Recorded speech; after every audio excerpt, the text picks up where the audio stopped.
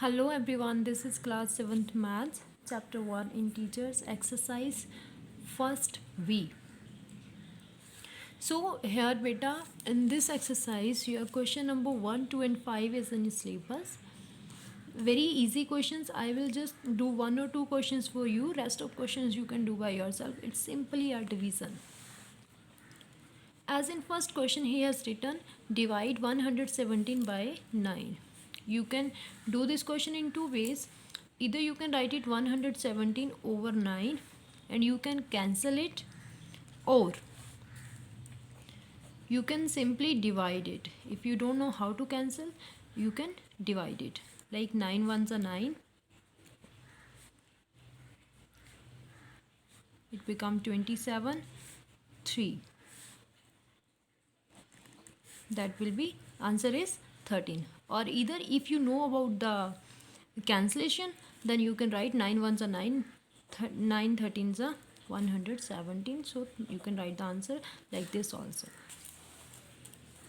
Here rest of the rest of the three questions, what is the difference is given in the questions, only the negative sign.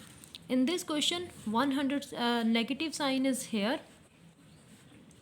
Beta, there is only one negative sign. I have told you, if there is even number of negatives in the question, then answer will be positive. If there is odd number of negatives, then answer will be negative. Here is only one negative, then answer will be minus 13. Either the negative sign, the upper term is called numerator. Hope you know everybody. Lower term is called denominator. Either the negative sign is in numerator or it is in denominator. It means same. There is no any difference if negative sign is in denominator. If negative sign is here, there will be no any difference in the answer. So answer will be same. Right? Here see beta, there are two negative signs in the question. So negative and negative will be cancelled with each other. So the answer will be 13 only. In the question number 2, this question is totally similar to the question number 1. In the question number 1, there was by was given between the two terms. Here is simply has given you division sign. So simply you can divide it. All questions you can do by yourself. And next is question number 5. State true or false.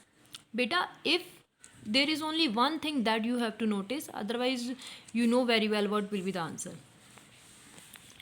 If we are dividing 0 with something, as he has written 0 first na, so it means 0 will come inside the sign and then we will divide it by 32. If we are dividing 0 with something, then answer will be 0. So he is dividing 0 with 32, answer is 0. That means it is true. And again,